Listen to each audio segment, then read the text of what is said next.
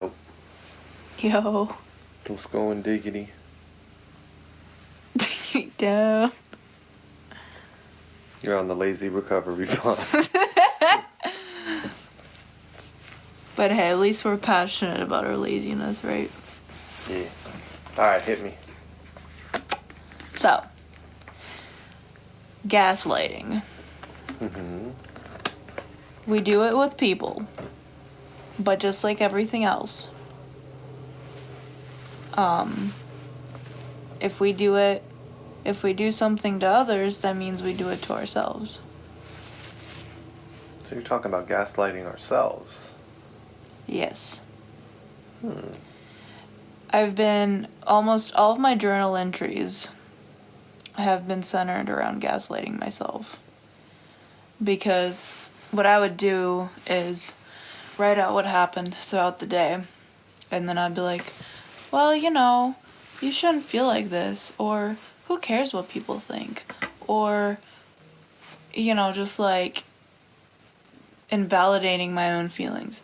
Which, therefore, I realized is me just gaslighting myself and just telling myself, well, you shouldn't feel this way because blah, blah, blah, it's not right, or, you've worked so hard on yourself, how can you still feel like this?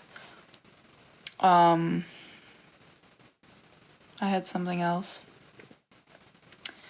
But instead of just being like, just literally allowing myself to just feel it, Right. No, I think a lot of people gaslight themselves. One, I don't expect a lot of people to agree with this because a lot of people say it. But I feel like it's a form of gaslighting when people are like, I know I got another using in me. I know I don't have another recovery in me, right? I've never heard that. Yeah, people say it all the time. We're just like, oh, like if I go back out, I know I'm not going to make it back. You know what I mean? If I relapse, I know I don't have another recovery in me. And they say this, I feel like it's got some benefit to it to be like, okay, I need to know that I'm not going to make it back if I relapse, therefore I need to make sure I don't relapse by any means. But that's also gaslighting yourself because you're like convincing yourself basically that if you do make a mistake or if you do relapse, you've ingrained and repeated to yourself over and over that you will not make it back. And I feel like just that subconscious ingrained belief would make someone believe that if they slipped up and they relapsed, they would just reiterate to themselves again, well, I'm not going to make it back, so why try? You know what I mean? Mm-hmm. Like, I've always looked at that as like a gaslighting. Like, I don't know if I'd make it back. I'd like to think I would. And I know that also once I relapse that another me takes over. Like, all the stuff I could accumulate in recovery could go out the window in a split second because the old me just, I don't know, like gets reborn and all my current interests become bullshit and all my old behaviors become fueled again. So I understand all that, but I don't know, I just always looked at that as gaslighting someone's self too. Just setting yourself up for failure in any way, just telling yourself a story so many times that you believe it, and a lot of times there doesn't even have to be evidence of it. You're just psyching yourself out. Oh, I know everybody I ever get with's going to cheat on me. Oh, I know everybody that I ever commit to is going to leave me. Like, these are gaslighting, Yeah, I guess gaslighting is pretty much just telling yourself something to make yourself believe it, even though it's not true. Right, it's like it could be true. It's a possibility to be true, but saying it the way people say it as a fact is something you end up believing, Yeah, but then also, like, I don't know, just like I'm thinking of gaslighters like narcissists with a codependent dynamic. Like the codependent will definitely see the truth, but they will gaslight themselves, so therefore they would allow a narcissist to gaslight them.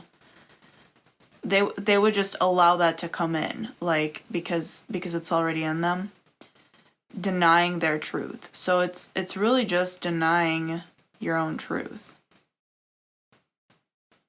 And whatever we feel during moments, it's kind of like back to triggers, like it's real.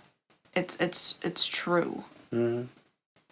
And we tend to, because it doesn't, abide by like certain, societal standards to feel a certain way or whatever. It's like it's wrong or something, and it's like, or, whatever. We have to deny our truth, and then it eventually just grows bigger and bigger. Like today, I've been denying my truth like all day. Until eventually I just completely, my defense mechanism is to disconnect from myself. So it's like I just literally became a lie to myself. And the only way to get back in is to get my truth back. So it sucks knowing that, like, oh, you are this person who's like this. But it's like you cannot get better until you allow yourself to be this person. Yeah, like denying your truth is just like step one towards like spiritual death. Like my whole vibe will get shot, you know what I mean? And I just feel like I need to comply. And you could just see like every part of my spirit just dies.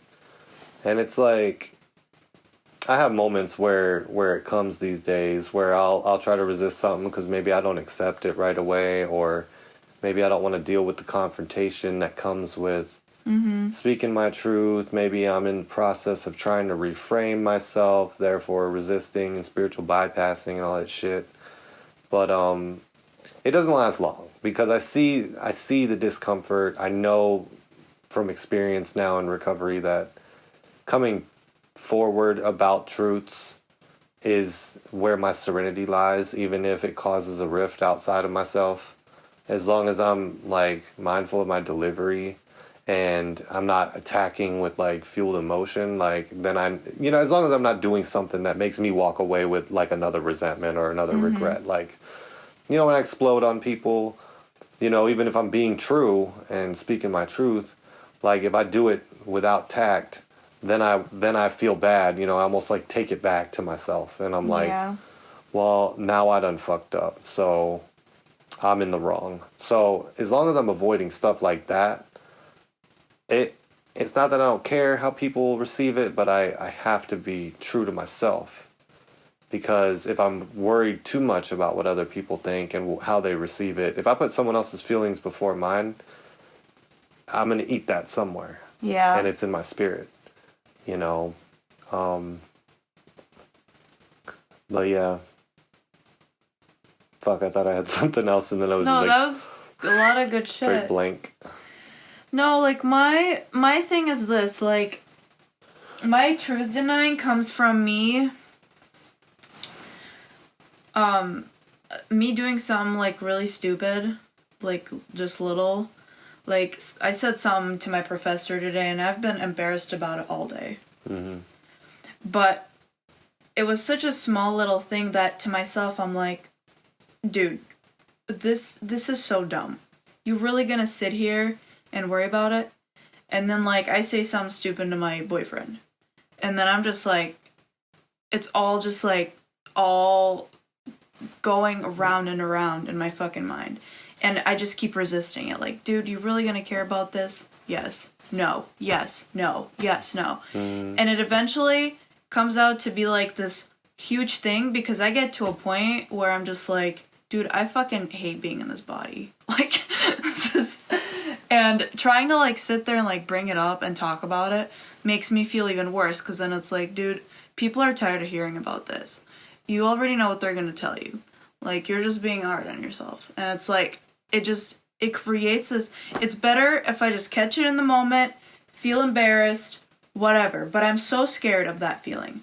I am so, and it's just like with anything else, how, just in general, like, it's like a same idea for everybody, but everybody has like different feelings that are hard for them. So yeah.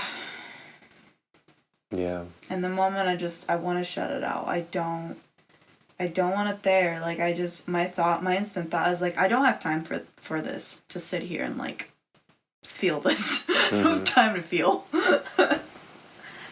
And I can relate, man. I felt very intensely about stuff like that in my earlier years of recovery. Like, I don't know, I think I just got hit really hard. I think I'd read enough things that I truly, like, vibed with that checked a lot of that stuff for me.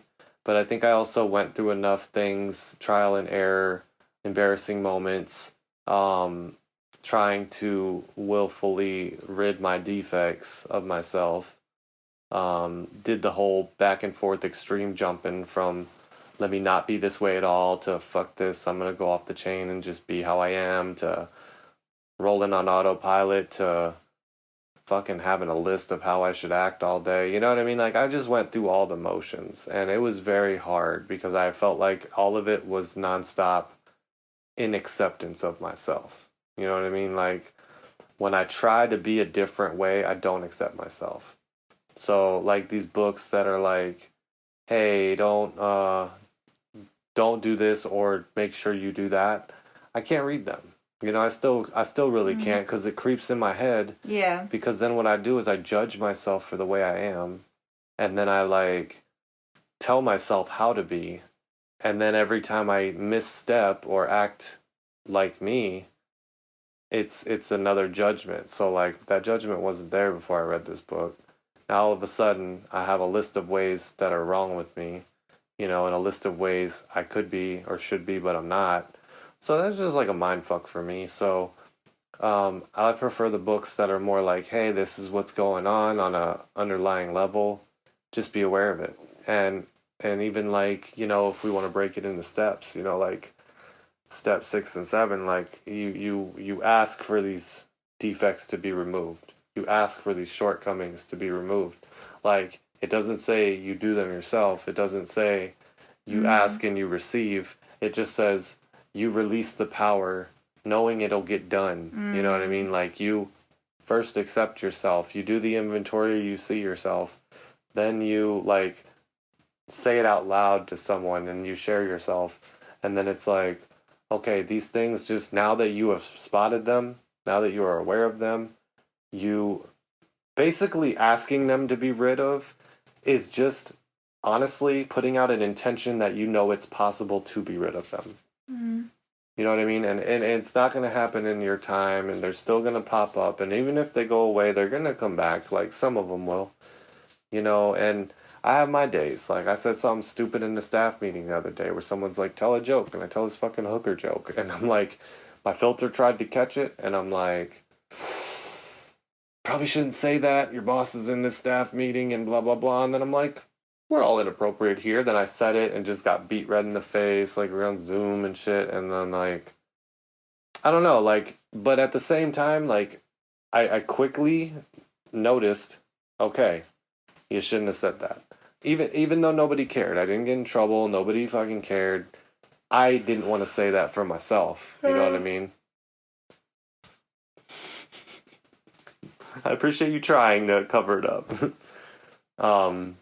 I was just sighing. Yeah, okay. No, you've been saying so much good shit. Like, I'm just zoning. I felt like in the beginning I was... Bleh. But anyway, like, so I noticed right away that I'm just like, all right, you shouldn't have done that. But then I immediately was like, well, you did. But what are you going to do? What am I going to do? Sit there and focus on that one moment in time, or I can learn a lesson and just make sure the filter catches it the next time. I'm not less of a person because I made that joke. I'm not any smarter or dumber or stupider or immature. I just made a decision, went with it, and looking back was like, probably shouldn't have made that decision.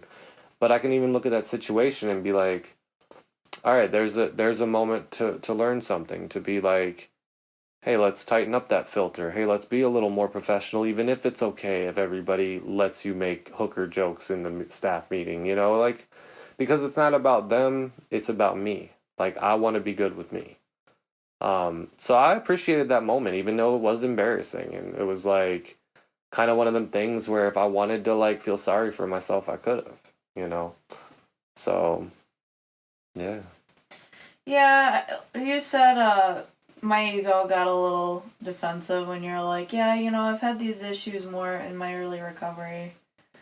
But, it's like we all kind of have our issues that are harder for one person than the other.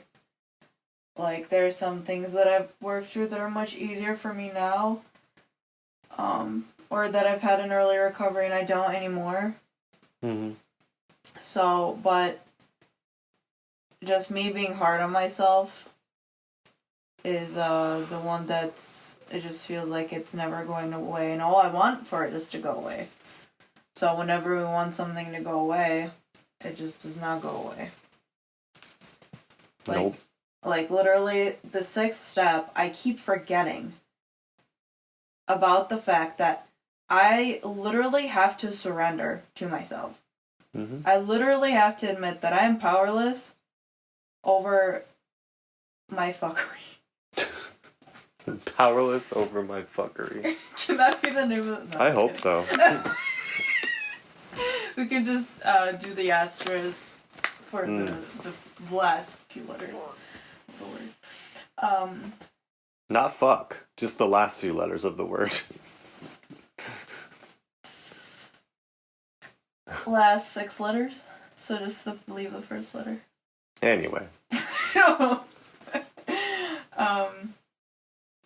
Yeah.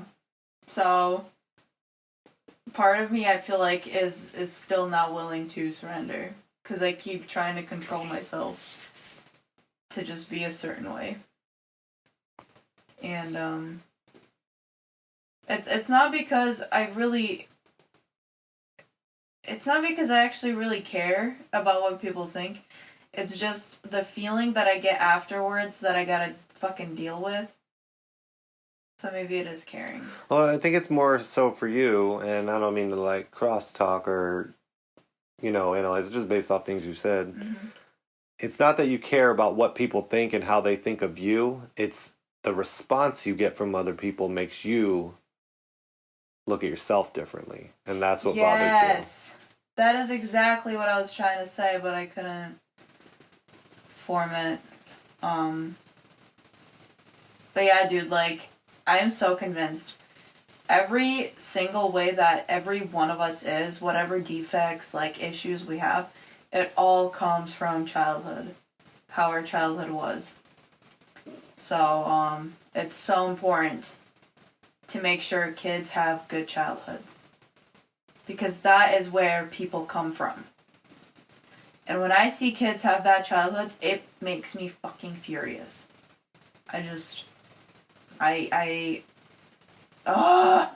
People don't get it. I want people to understand. Whoever's listening, give your kid the best childhood if you want to be fucking happy. I feel like, so that's a hard one because you have kids who have had negligent parents turn into, yes, they have trauma. Yes, they have trust issues. Yes, they have relationship issues, but they're self-sufficient. They probably, I don't know, like, there's like a spectrum, of positives and negatives, because you also have those kids who have all the love, have all the attention, have all the money and all the college things bought for them, who end up being entitled and, because they have too much. Brats. So that, it's all about a balance. Right. But I highly doubt you'll find too many scenarios where you just have perfect parents, perfect kids, and then you got to look at, like, the people who are, like, raising these kids in these not so great ways probably also weren't raised very great themselves, and it's a cycle. So it kind of comes down to capacity. It comes down to just so many factors that, like, yes, I'm not advocating for not taking care of your kids, but I'm saying, like, it's like one of those things where, like, it's like a snowball effect, and, like, the balls are already rolling. You know what I mean? So it takes one hell of a person to, really someone that not necessarily substance free in recovery, but in some type of self, like, journey. You know what I mean? Like, on some type of growth cycle to say, wow, I have patterns from my childhood, from my, adulthood even. I grew a lot of my patterns in my adulthood. And yeah, they probably stem some from childhood, but they also stem a lot from the way I chose to think, and the way I chose to see the world and react to it. But it takes a person to really look at their behaviors and change them. And I mean, shit, you know how hard it is for some of us in recovery who are self-reflective to stop and really look at ourselves without getting defensive. How do you expect these motherfuckers to even glance at themselves and not get defensive? And what are they doing? What? Gaslighting themselves. Ooh, we're bringing it back? Okay. No, I had to, because it's like, when you get defensive, it's a defense mechanism is essentially a denial of whatever's there. So denial of truth, denial of feeling, denial of, denial is a defense mechanism, so it makes sense. So denial is a form of gaslighting. Because it's like, dude, nobody wants to, like, the feeling of, like, especially if it's something, like, say, I've been working on, and somebody's just like, oh man, you're like this. Like, I've been working on, like, not being hard on myself, and somebody's like, man, you're really hard on yourself. It's like, dude, you don't know what it's like to fucking sit here and work on this and how hard it is. You're just, like, gonna tell me? So it's like, I understand that denial. I understand the defensiveness. Because it's like, just giving up that, like, surrendering to what is there is scary. But it's there either way. No, it is there either way. But just seeing that, admitting it, and just like, man, like the acceptance of truth, like. Yeah, I guess the denial will help you at least, I don't know, keep, like, the monsters in the closet with the door shut. Like, if you don't know they're there, they're still there, and they're still working their magic in your life, but you'll just displace the blame on something else, when all these, character defects arise. And yeah.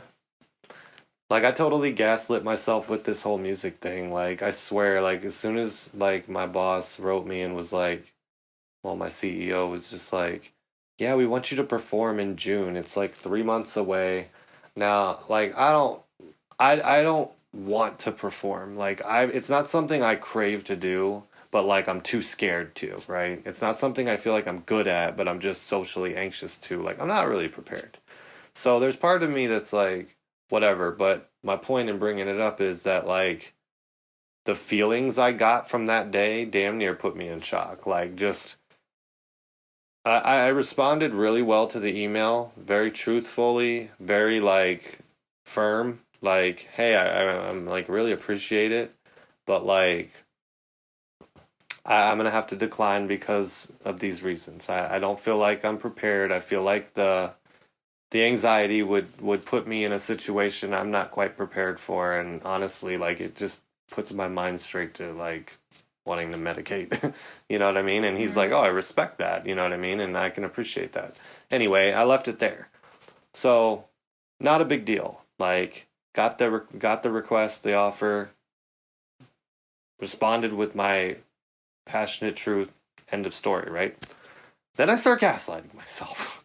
Because then I'm writing you and telling you what happened and being like, oh, hey, this happened, that happened, and these are all the things that I'm feeling and these are all the anxieties that I have, cool. Like, you say some things back, probably trying to, like, I don't remember exactly what you said, but probably along the lines of motivating and trying to say, like, hey, you know, well, that's some time away. You should totally do it. It's a good opportunity, which are all great things to say.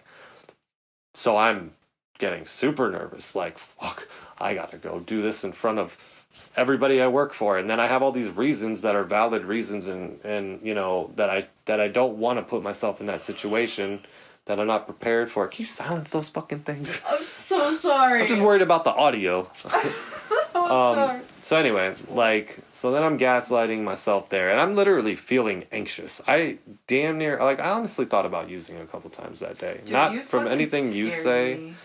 Yeah, I just got in a weird funk. Yeah, I remember. So then I was saying it again to Twans. Mentioned it to Eric and Wes today, you know, on the text. And so you were the first day, Twans was the next day, and then Eric and Wes the next day. So like I'm keeping this feeling alive. Like they're not, they don't even know about it. I'm just bringing it up to them, being like, oh yeah, so by the way, there's this thing that I got offered that I'm really anxious about and I'm not going to do. What's the point of me even saying it? You know what I mean? They're all, nah, dude, fuck that. Come on, man, you got this. Like, face your fears, blah, blah, blah. And I'm like, yeah, but, you know what I mean? Like, I'm gaslighting myself. Yeah. I'm provoking myself to, like, have this excuse. Why? Because I want to be right? Because I want someone to talk me out of it? Because the more, like, Twans was saying some dope shit. He literally, like, helped me so much. And he got me to a place where I'm like, okay, try with all your might, because you know you got this. But if it's putting you in a position where you feel like you're going to do something crazy like that, don't do it. It's not a good idea. And I'm like, whoa. So then I started thinking, like, what do I have control over? I don't have control over this anxiety and all that, but I have control over my preparedness, and I also have control over the acceptance of not doing it. So anyway, I'm not trying to make it about the music thing, but I totally see that as gaslighting. You know, I'm keeping the story alive. I'm keeping the emotions reliving, because between talking to all three of you guys, the emotions and thoughts had come and gone, and I chose to respark it and then relive these emotions. Now I got some good info from all of you guys, and I feel like it put me in a better place, but still gaslighting.